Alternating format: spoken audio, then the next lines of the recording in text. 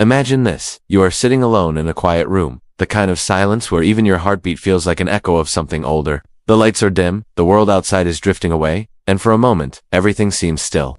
And then softly, subtly, like a whisper brushing the edges of your consciousness, an idea arrives. Not loud, not dramatic, but unsettling in its simplicity. What if the history you were taught was never the full story? Not wrong, exactly, just incomplete. Like a book with most of its pages missing.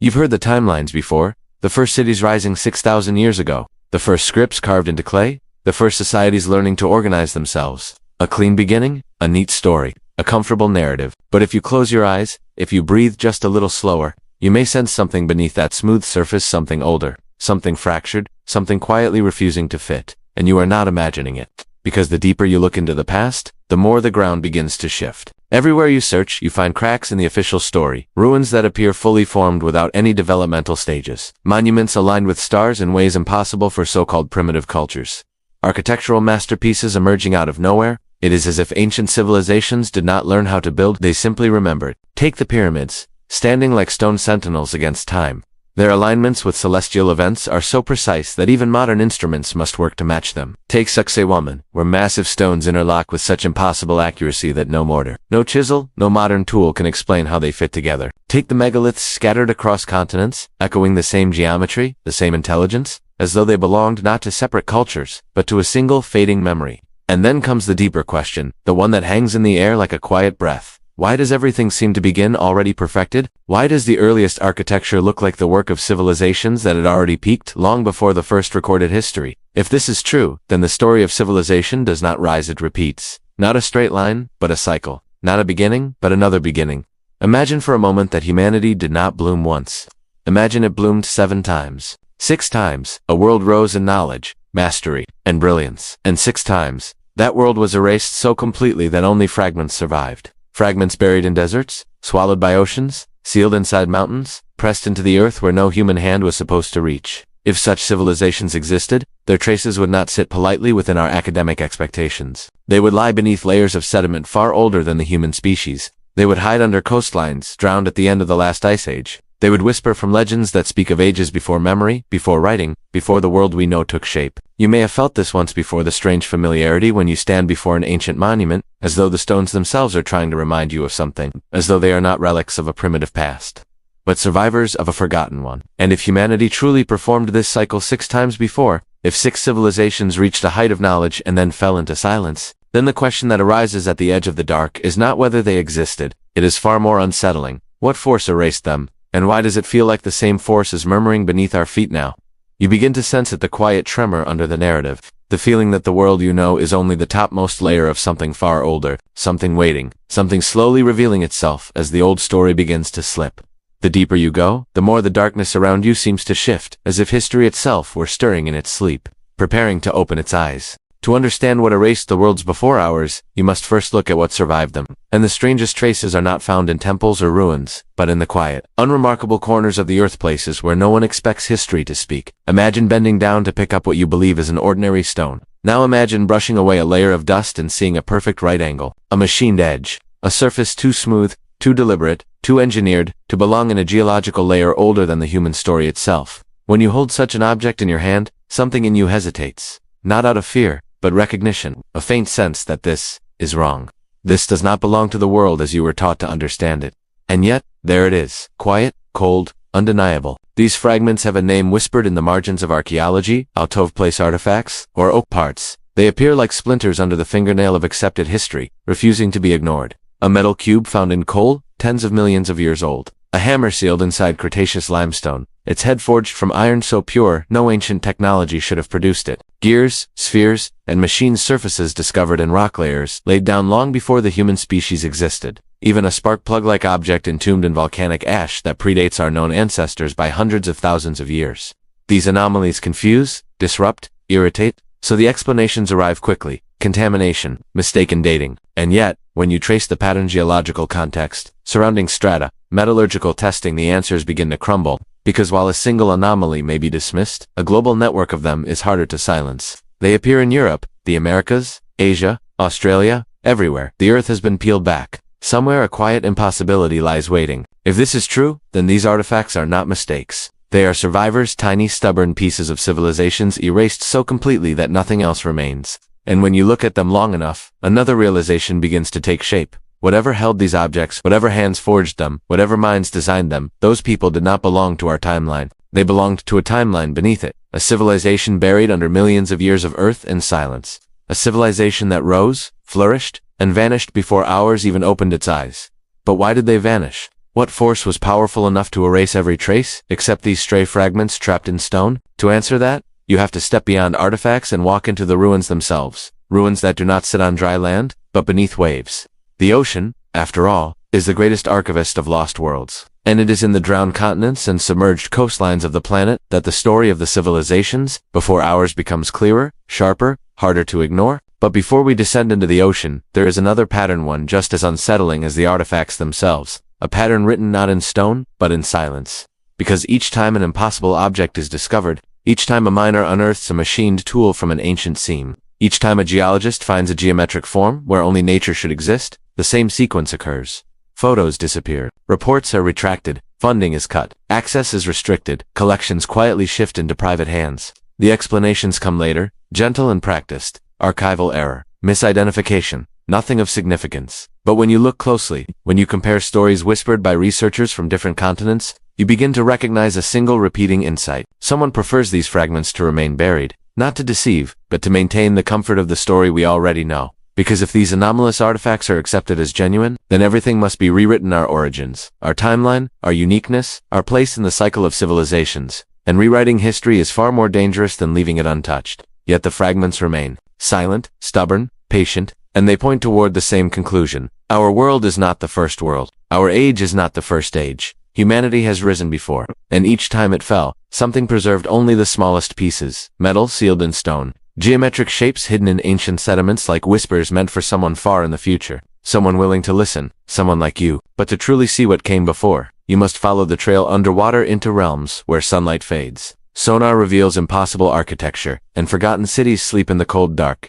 The deeper you go, the more the ocean begins to speak. To understand the worlds that came before ours, you must follow the trail to the only place capable of hiding an entire civilization without leaving a trace: the ocean. Land erodes, forests burn, deserts swallow, mountains fracture, but the sea preserves. It holds its secrets in cold silence, in pressure and darkness, in depths where time moves differently. And when you descend, whether by imagination or by sonar, you begin to understand why so much of our past feels like a story with missing chapters. Because those chapters are sleeping beneath the waves. Imagine standing at the edge of a coastline, looking out toward an endless horizon.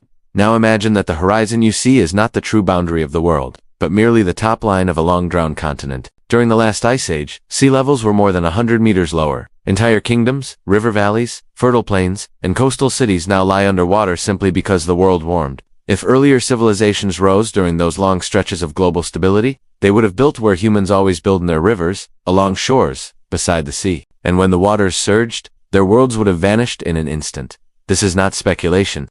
Sonar scans have begun to reveal geometric shapes, straight lines, terraces, plazas, and carved blocks in places where no civilization should have existed. The most famous example lies off the coast of Japan, Yonaguni. At first glance, skeptics describe it as a natural formation, but the deeper divers go, the less nature-like it becomes. Broad, flat platforms, sharp 90-degree angles, staircases rising in perfect proportion, terraces aligned as though built for processions.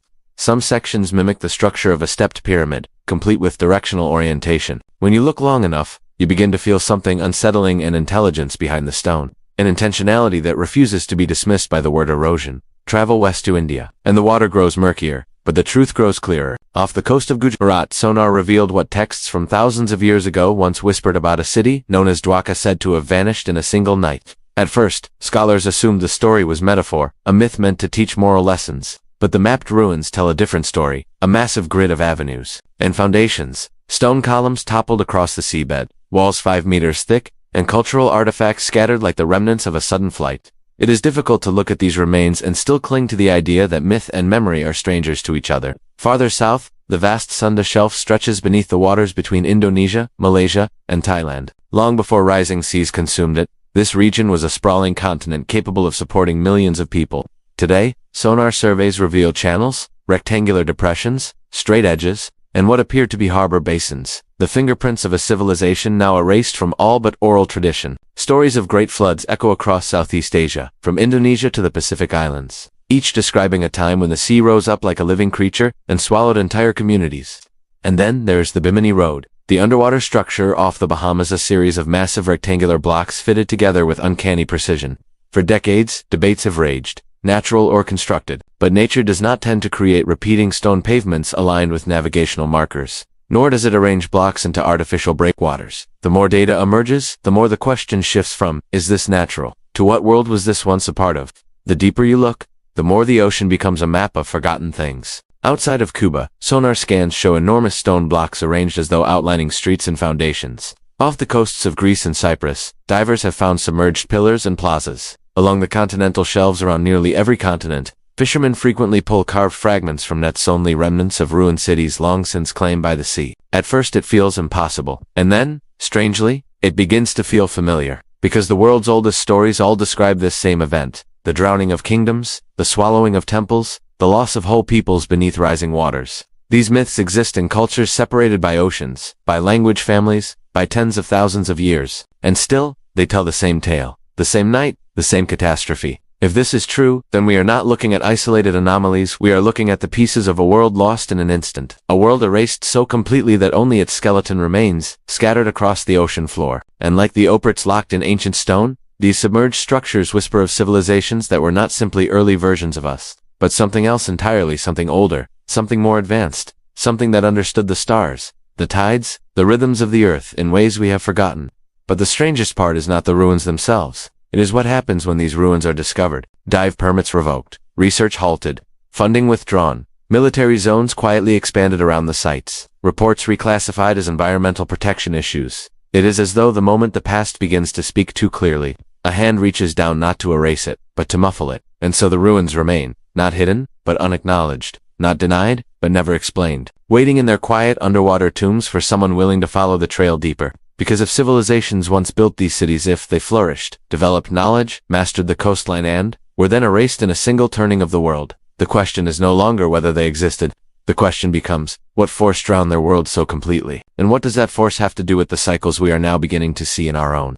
The deeper you descend, the more you begin to feel it, a pulse beneath the waves, a memory carried by water, a warning from civilizations swallowed whole. If the drowned cities whisper of civilizations erased, then the earth itself provides the reason why. You begin to feel it the moment you step back from the details and look at the planet not as a stage for human history, but as a living system with its own pulse, its own rhythms, its own cycles of creation and destruction. Nothing about Earth is static. Nothing has ever been permanent. The continents drift, the poles wander, the oceans inhale and exhale across millennia, and sometimes unexpectedly, violently the world turns a page. You see this most clearly in the deep records of the planet, the ones no historian writes, but every geologist reads. Ice cores drilled from Antarctica hold thin black layers of ash, traced to volcanic eruptions so powerful they darken the sky across hemispheres. Sediments on the ocean floor carry signatures of abrupt climate swings, not gentle transitions, but instant breaks, as if someone snapped a thread in the global system. Fossilized pollen shows forests expanding for thousands of years and then collapsing within a single season.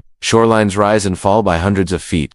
River systems change direction overnight, and all of it repeats, again and again, following a rhythm far older than humanity. Scientists speak of cycles lasting 90,000 to 100,000. Years-long stretches of stability punctuated by brief intervals of catastrophe. Ice advances, ice retreats, seas drop, seas surge, the air warms, the air freezes. Life adapts, collapses, and reshapes itself. It is a dance of the planet, one that continues whether or not anyone is watching. Now imagine living through one of those transitions. Imagine the air turning colder year after year, until the sun above you dims into a pale, stubborn disk. Imagine ash falling for months. Imagine rivers overflowing in one century and vanishing in the next. Imagine storms so vast they carve new coastlines in a single night. If you were part of an ancient civilization stable, flourishing, confident in its mastery of the world, such a shift would not simply challenge you, it would erase you. And strangely, the oldest myths from every continent remember exactly this. In the highlands of Peru, there are stories of a darkness so total that people could not see their own hands. In Australia, the oldest oral traditions speak of fire falling from the sky, burning rain that scorched the earth. The Sumerians wrote of a flood that rose above the mountains and swallowed kings.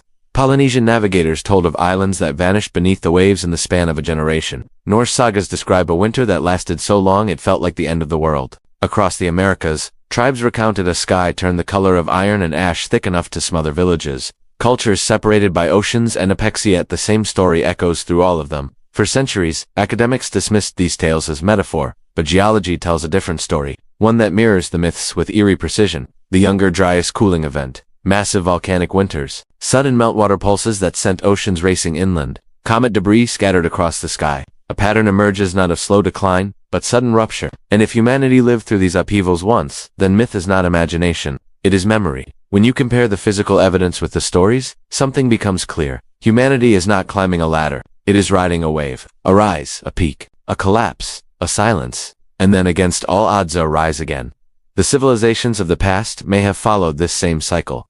Their knowledge might have grown over thousands of years. They may have mapped the stars, engineered their cities, mastered their landscapes. And then, when the world reset, when ash filled the sky, or glaciers advanced, or oceans surged, they vanished. Their survivors fled into mountains, forests, and caves, carrying fragments of memory without knowing how to use them. Their descendants rebuilt what they could, believing themselves to be the beginning when they were, in truth, only the aftermath. If this is true, then the strange suddenness of human history, the abrupt appearance of agriculture, writing, city building, astronomy makes more sense. These were not inventions. They were recollections, skills rediscovered, not learned for the first time, echoes of something older. The deeper you look, the more the planet itself seems to whisper the same refrain. This has happened before. The cycles are not random. They follow celestial patterns: Earth's wobble, its tilt, the shape of its orbit, the timing of solar output, the movements of cosmic debris. The planet warms not only from greenhouse gases, but from orbital alignment. It cools not only from winter storms, but from volcanic curtains of ash. The oceans rise and fall according to the breath of glaciers. When these forces converge, civilizations fall. When the world calms, new civilizations rise. And we, living in our bright modern era, like to imagine we are the first. But the records beneath our feet say otherwise. Each collapse leaves behind clues. Each rise leaves behind anomalies, fragments of stone too precise, myths too consistent, artifacts too advanced for their time. And each era ends with a break in the geological record, a scar in the planet itself. If humanity is the seventh civilization, then 6 cycles came before, and all 6 ended in silence. But here's the part that matters most. The rhythm that destroyed them is not gone. It is still playing, and the markers of a new turning, a new great shift are beginning to appear again in our own lifetime. The question is no longer whether ancient civilizations existed, the question is what erased them, and whether that force is beginning to stir once more. If drowned cities and broken timelines hint at civilizations erased, then the most intimate evidence of all lies not in stone or sediment, but in you, inside your cells, inside the long, spiraling code that remembers every triumph and every catastrophe your ancestors survived. DNA does not tell stories the way myths do, but it preserves what matters: the scars of adaptation, the traces of selection, the silent signatures of those who endured when the world turned brutal and unrecognizable. And when you listen closely, when you examine the genome, the same way you read ruins, another pattern emerges. One that feels impossibly old, impossibly fragile, and impossibly familiar. Among the thousands of genetic markers that shape the human species, there exists a tiny cluster found in less than half of 1% of the world's population. It is scattered, disconnected, fragmented across groups that share no language, no migration route, no known ancestral overlap. And yet the markers appear in all of them as though stitched from the same forgotten thread. You find them among highland communities of India, where the air thins and oxygen fades. Among isolated coastal tribes in Southeast Asia, where storms carve memory into blood. Among indigenous Australians, whose oral histories stretch back further than writing itself. Among the Basque people of Europe, whose origins remain one of the great anthropological mysteries. And among a handful of communities that live near regions where submerged ruins sleep beneath the sea. It should not be possible. These groups have no documented contact across tens of thousands of years. They do not share climate, geography, ritual, or myth, and yet they carry the same impossible code.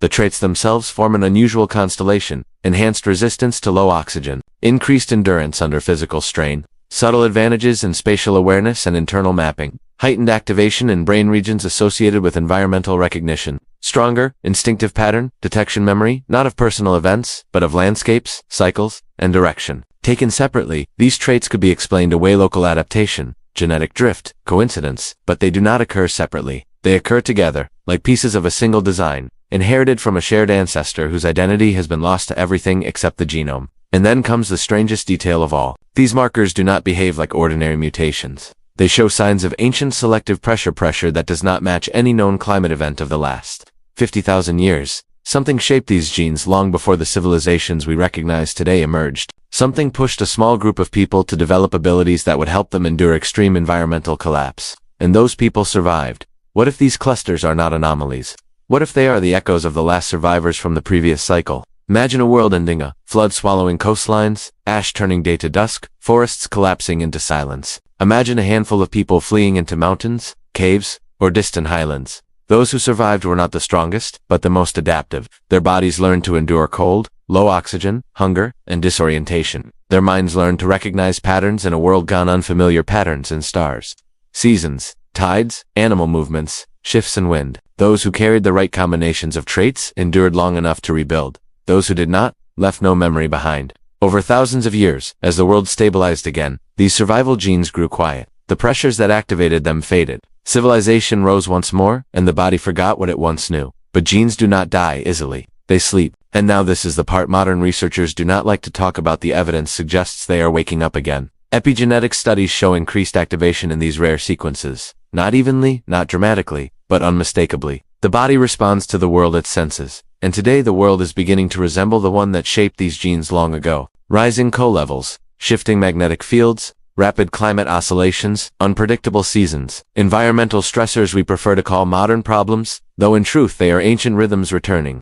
If the genome is a message in a bottle drifting across ages, then the message is being read again. And maybe that message is not a warning, but a preparation. Because the instincts carried by this rare cluster are not about domination or intelligence. They are about orientation, endurance, and memory. They are about knowing how to move when the world collapses beneath your feet.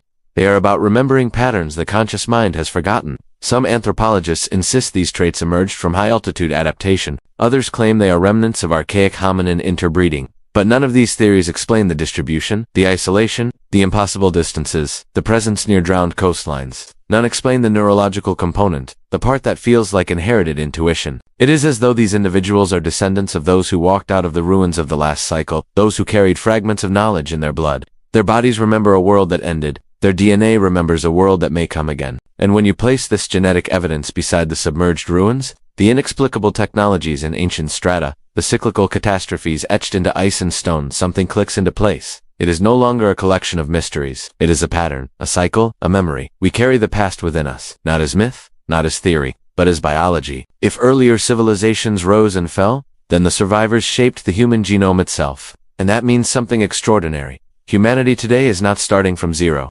We are not the first to stand at the edge of a great turning. We are the product of those who already lived through it. The question, the one that whispers through every bloodline, every ruin, every layer of drowned architecture, is simple. Why do these memories feel like they are beginning to wake again? If memory hides in blood, then its echo also hides in stone. Not in the monuments, the temples, the pyramids, the walls that history attributes to Egypt, to the Inca, to the Maya, to ancient China, but in the deeper layers beneath them. The layers no one talks about. The foundations that appear too old, too precise, too advanced for the cultures built atop them. When you look closely, you begin to notice something unsettling. The oldest parts of these structures are the most perfect, the youngest, the most crude. Civilization is supposed to move forward. Technology should improve over time. Skills should sharpen, not dull. And yet the archaeological record shows the opposite. At the bottom, the oldest stonework is mastery. At the top, the most recent additions is decline. It is as though humanity did not learn how to build these monuments. It remembered how, imperfectly. Start with Giza, the most famous puzzle on Earth. The Great Pyramid is not simply large. It is aligned to true north with a precision we cannot match using simple tools. Its base is level 2 within millimeters. Its internal geometry encodes ratios that appear in astronomy, mathematics, and even the dimensions of Earth itself. This would be astonishing enough if it were a pinnacle of Egyptian innovation, but beneath the outer casing lies a deeper core of stone far older than the surface we attribute to the Old Kingdom. The deeper you go, the more it feels like you are looking at the remains of a blueprint inherited, not invented. Travel west, across oceans and continents, to the highlands of Peru. At Sacsayhuaman, giant blocks weighing over 100 tons interlock with such precision that even a razor blade cannot slide between them. Not one block is the same shape. Each is carved like the piece of a cosmic jigsaw, slid into place with a level of engineering that would challenge modern machinery. And yet the Inca, who inherited this site, did not claim to have built the oldest layers. They said they found them. They said the stones were ancient long before their people arrived. This theme repeats like a whispered refrain. At Teotihuacan, the city layout mirrors the orbital distances of planets. The Pyramid of the Sun sits atop a cave shaped into a perfect clover, as though designed for rituals that required acoustic resonance or energy concentration. The alignment of the Avenue of the Dead matches the setting point of a star during an epoch far older than the city's estimated age. Whoever planned Teotihuacan carried celestial knowledge that seems less like early experimentation and more like inherited precision. Across China, forests hide pyramid fields, officially labeled burial mounds, but LiDAR and ground scans revealed chambers constructed from massive stone blocks, cut with familiar megalithic accuracy. Their orientations match celestial events no longer visible today, alignments that only make sense if they were built when Earth's axial tilt was different, or when a forgotten culture tracked a sky we no longer remember. Even in Europe and Asia, the Cyclopean wall's enormous stones fitted without mortar follow the same architectural DNA as sites thousands of miles away. So do the polygonal fortresses of Italy, the megalithic complexes of Turkey, and the unexplained ruins of Lebanon's Baalbek, where the trilithon stones weigh over 800 tons each. No ancient text explains their transport. No verified tool marks match their cutting. They simply exist, silent, immovable, resisting every explanation except the one we avoid. These structures may be remnants of a civilization older than the ones we teach, a civilization erased, and yet the stones remain. Look long enough, and a pattern emerges, not in the style, but in the decay. The oldest layers are always the most advanced. The layers built later show regression. This inversion should not exist unless something interrupted human history, something that forced societies to rebuild from fragments, something that left behind stone too heavy to destroy, and knowledge too scattered to reconstruct. It gets stranger. Many of these megalithic sites align along telluric currents, paths of electromagnetic activity that ripple through the crust of the Earth. Others sit atop quartz formations, basaltic ridges, or anomalous magnetic zones. Some show evidence of acoustic resonance, as though they were designed not simply as temples, but as machines interacting with natural forces we no longer understand. A few studies even suggest that certain chambers amplify specific frequencies associated with brainwave states, healing responses, or atmospheric patterns. Imagine for a moment that these structures were functional observatories, resonators, energy collectors, or markers in a global grid built by a civilization that understood Earth's rhythms far better than we do. Imagine they were not sacred because they were temples, but because they were technologies. When that civilization fell, whether by flood, fire, ash, or isolated cultures, reused the foundations without grasping their original purpose. They built atop the bones of a world whose language they no longer spoke. If this is true, then we have misunderstood the trajectory of human history. We have mistaken inheritance for innovation. We have mistaken fragments for origins. When you place these megaliths alongside the uparts embedded in ancient strata, the drowned cities mapped by sonar, the identical flood myths across continents, and the genetic memory carried by a rare few, something begins to crystallize. Not a story of linear progress, but of cyclical ruin. Not a climb, but a return. We are not discovering new technologies. We are rediscovering old ones. We are not building the first great monuments. We are repeating faint echoes of greater ones. We are not the peak of human intelligence. We are the seventh attempt, and if these stones are the surviving skeletons of civilizations erased, then the question becomes unavoidable. What erased them, and why do we see their faint shadow rising again in our own age? Ahead lie answers that no history book offers, answers written not in stone, but in the sudden vanishings, the silences, the forbidden trails that follow every discovery too dangerous for the timeline we teach. If the great monuments are the bones of lost ages, then the world itself becomes a map of civilizations erased, not one, not two, but six. 6 worlds that rose, flourished, mastered landscapes and oceans, and then vanished so abruptly that only scattered whispers remain. When you trace these whispers, geological, archaeological, mythic, genetic, you begin to see outlines forming where mainstream history insists there should be nothing, and yet the shapes refuse to fade. Imagine laying a translucent sheet over Earth, marking every strange site, every anomalous artifact, every drowned ruin, every inexplicable architectural signature. Another sheet atop that marking ancient flood myths, another marking early human genomic divergences, another marking climate events that fractured the world. If you overlay enough layers, patterns begin to reveal themselves, and those patterns point towards 6 distinct centers of civilization, each rising at a different epoch, each ending in catastrophe. The first lies beneath the waters of what was once Sundaland, a vast continent stretching from Indonesia to Malaysia to Thailand. During the last glacial maximum, this region was not an archipelago, it was a single, sprawling landmass with river networks, plains, and coastlines capable of supporting tens of millions. Sonar surveys reveal channels, geometric depressions, and structures deep beneath the waves, and the myths surrounding it, from Indonesia's flood legends to the expiring stories of Lemuria and Mu, describe a world lost suddenly, violently, swallowed by an ocean that rose with terrifying speed. If the first civilization existed, Sundaland may have been its cradle. The second appears in the heart of what is now the Sahara Desert, once a flourishing savanna filled with lakes, grasslands, and rivers. Cave art shows, cattle herds, boats gliding along channels, and human gatherings that resemble organized societies, not nomadic scatterings. Buried beneath the sand, radar scans revealed geometric shapes, rectangles, grids, possible settlements now, entombed under dunes taller than buildings. When the desert expanded, it did not do so gently. It devoured everything. If an early civilization thrived here, it was erased in a geological instant. The third rests in Beringia, the land that once connected Siberia to Alaska. We were taught it was merely a migration corridor, a bridge over which early humans crossed into the Americas. But the truth is far stranger. Beringia was a vast, temperate grassland, supporting megafauna and dense human populations. Genetic data suggests unique adaptations, cold tolerance, metabolic efficiency that differ sharply from surrounding regions. Entire landscapes now lie beneath the Bering Strait. If a cold-adapted civilization rose here, its memory would survive only in dispersed northern DNA and fragments swallowed by ice.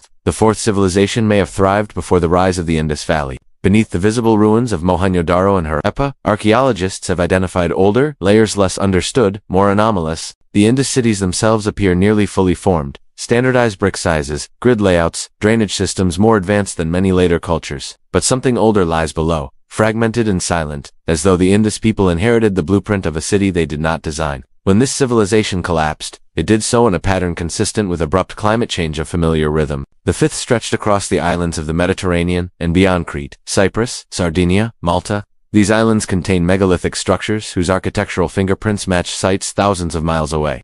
Their harbors show evidence of sophisticated maritime engineering. And their myths, Atlantis, the sea peoples, the vanishing islands, speak of sudden floods, fires, and storms that tore coastlines apart. Even modern bathymetric scans reveal submerged walls and breakwaters, hinting at settlements now hidden under the Mediterranean Sea. A naval civilization may have risen here, one that connected continents before the Bronze Age even began. The sixth civilization may be the most surprising, hidden beneath the green canopy of the Amazon basin. For centuries, explorers believed the Amazon was untouched wilderness. But LiDAR scanning has shattered that illusion. Networks of roads, canals, earthworks, geometric mound complexes, and sprawling settlement grids stretch across terrain once assumed uninhabitable. A civilization capable of reshaping ecosystems using biological engineering rather than stone may have thrived here. When climate patterns shifted or disease spread, their cities did not crumble into ruins. They were swallowed by the forest within generations, disappearing without the permanence of stone. Now, step back. Look at the pattern. Each civilization sits in a region dramatically reshaped by natural catastrophe. Sundaland drowned by sea level rise. Sahara swallowed by desertification.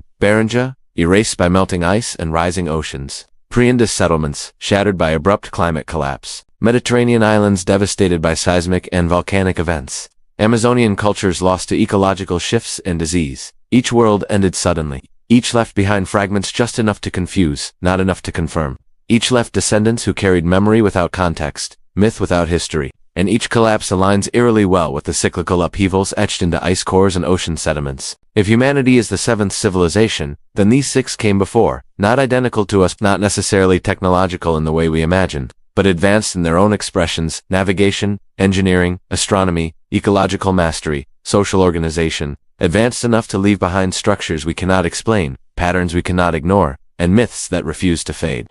And this is where the pattern grows darker. Because every one of these civilizations reached a peak before they fell. Everyone flourished at the height of environmental stability. Everyone collapsed when the world turned. Everyone left survivors who wandered into new lands, carrying fragments of a world already dissolving behind them. And everyone whispers the same warning: a rise is always followed by a fall. What makes our era different is not the cycle itself, but our awareness of it. For the first time, the seventh civilization has the ability to look back not centuries, but epochs, and when we do, we find ourselves standing at the same precipice where six other worlds once stood. The past is no longer a mystery. It is a mirror, and the reflection it offers is unsettlingly familiar. If six civilizations rose before ours, leaving behind megaliths, submerged cities, anomalous artifacts, and genetic echoes, then the most uncomfortable question is not whether they existed. It is why the evidence feels scattered, silenced, half-vanished. Ruins do not hide themselves. Artifacts do not erase their own records. Data does not vanish without a hand guiding its disappearance. And when you begin to follow the trail, not the artifacts themselves, but what happens after they are found, a new pattern emerges. A pattern of absence. Archaeologists call it the disappearing trail. You see it everywhere once you know where to look. A diver maps a submerged terrace that cannot be natural. Before the footage is published, it is confiscated. A university lab analyzes a metallic object found inside ancient geological layers. Before the report goes public, funding is cut, access revoked. The sample misplaced. A researcher announces radiocarbon dates that predate the accepted timeline. Within weeks, the article is withdrawn and the site reclassified as restricted. A museum quietly removes an anomalous artifact from display. It reappears in a storage room years later without a catalog number, without provenance, without explanation. Each incident alone feels like a mistake, a bureaucratic accident, a coincidence. But coincidences do not repeat with this consistency. The older the evidence, the more advanced the implication, the more disruptive the timeline, the faster it vanishes. Why? There are three explanations, each unsettling in its own way. The first is academic inertia. Every field, archaeology, anthropology, geology, rests on an existing timeline. That timeline supports careers, institutions, textbooks, entire academic ecosystems. If the story must be rewritten, foundations crumble, research grants disappear. Established experts become obsolete. In such a system, anomalies are not data, they are threats. Easier to dismiss than to integrate, easier to bury than to rewrite the world. The second explanation is national interest. Many submerged ruins lie near strategic coastlines. Underwater structures often overlap with naval routes, oil platforms, or areas rich in minerals. A city older than recorded history is not merely a historical curiosity, it becomes a geopolitical complication. Governments classify what they do not want contested. Think of military zones, environmental restrictions, or maritime safety closures. These justifications appear benign, but their timing always seems to coincide with discoveries that should have changed everything. But the third explanation, the one whispered in private circles, hinted at in restricted papers, echoed in myths of priesthoods and secret orders, is far older than modern politics. It is the idea that the suppression is deliberate, organized, and ancient, not to hide treasure, not to preserve power, but to protect stability. Imagine for a moment that the survivors of the last collapse, the people who walked away from flooded coasts, burning skies, volcanic winters, carried not only memory, but knowledge. Imagine they understood the cycle. Imagine they knew that civilizations rise and fall with the rhythm of the planet. And imagine they realized that revealing this truth would doom every civilization that followed. If people believed the world resets itself, if they believed collapse is inevitable, what would hold them together? Religion, politics, economics? Or would everything crumble under the weight of that knowledge? Perhaps those early survivors preserved what little they could. Perhaps they formed councils, castes, priests. Perhaps they guarded astronomical knowledge, flood calendars, safe locations, genealogies. Perhaps they passed warnings as myth, prophecy, ritual, knowledge encoded, not openly taught, knowledge that must be protected until the next turning. If such groups existed, and the consistency of global myths makes this possibility difficult to dismiss, then their descendants might have continued the tradition, not as a conspiracy of villains, but as a lineage tasked with a grim responsibility to protect humanity from truths that could break it, to hide what earlier civilizations built, to bury the record of cycles that always end in silence, to guard knowledge until it is needed again.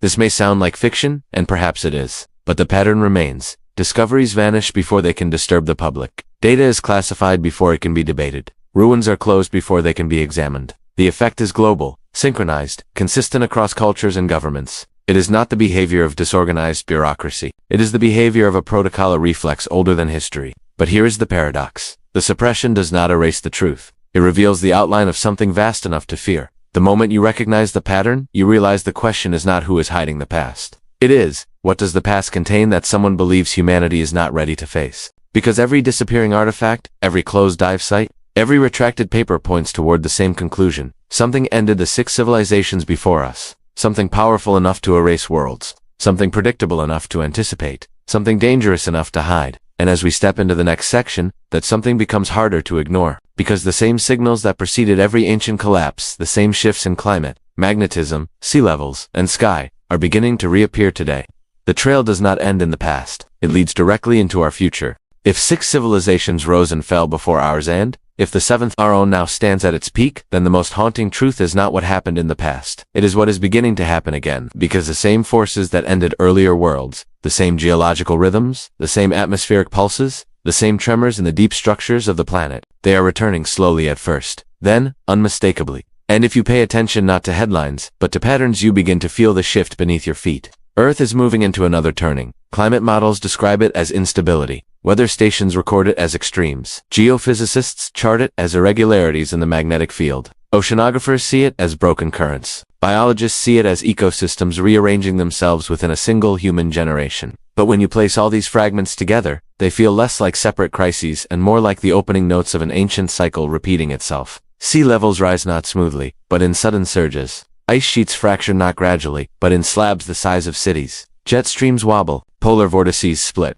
Heat waves and floods occur in the same regions within months of each other. Species migrate toward the poles, chasing a climate that no longer holds still. This is not new, it is ancient. These are the same markers preserved in ice cores from earlier collapses, the same signatures in ocean sediments, the same abrupt transitions etched into the fossil record. But something else is happening, something the ancient world never had words for, something that belongs only to us, a reawakening inside the human genome. Scientists call them epigenetic activation silent sequences, reacting to environmental stress, and the rare survival genes carried by scattered descendants of ancient catastrophes are stirring. Slight increases in spatial mapping abilities, elevated metabolic efficiency during temperature shifts, improved adaptation to oxygen fluctuations, instinctive environmental awareness becoming more common in younger generations. It is as though the body remembers what the mind has forgotten, as though humanity is unconsciously preparing for a pattern older than civilization itself. But adaptation is only half of the equation. The other half is innovation technologies emerging as if summoned from forgotten memory. Solar energy, once fringe, now central, mirrors myths of civilizations that captured the sun. Biological computing and self-healing materials echo Amazonian earthworks and ecological engineering. Global networks weave themselves into a planetary web, like ancient myths of cities of light connected by invisible lines.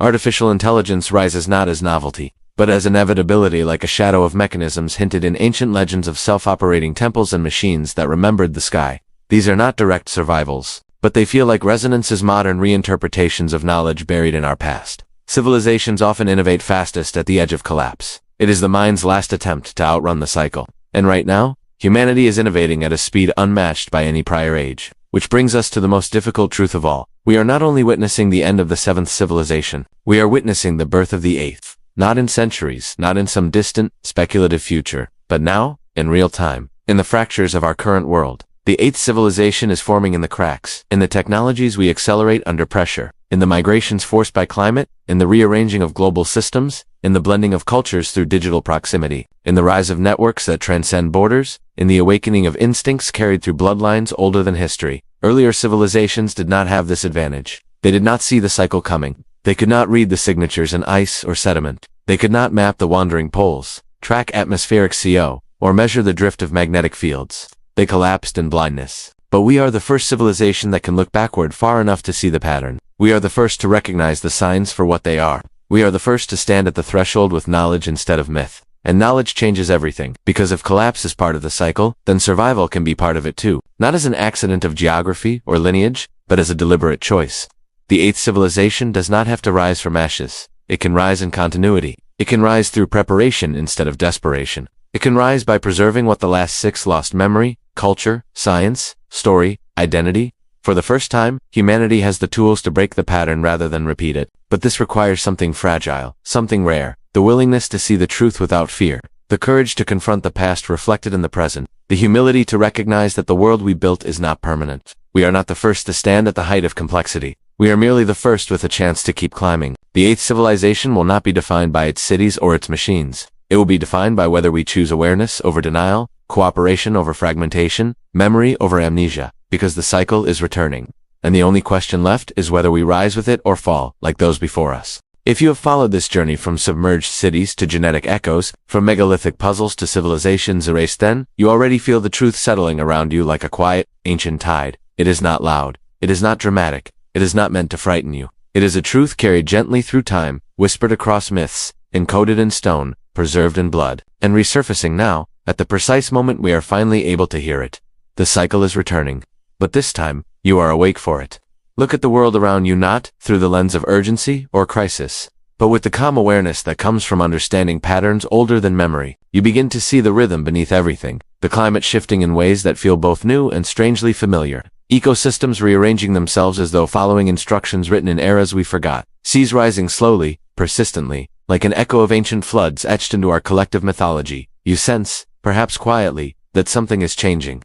And yet you are not afraid, because now you recognize the shape of the change. Civilizations before us met this turning blindly. Their worlds fractured without warning. Their skies dimmed without explanation. Their oceans rose without prediction. Their knowledge scattered into myth. But you are living in the only era that can watch the pattern unfold with understanding. The only era capable of seeing what the sixth civilization could not. What the fifth ignored. What the fourth misinterpreted. What the third remembered only as legend. And what the first two perhaps knew only as divine wrath. Awareness is the rarest inheritance a species can receive. So breathe.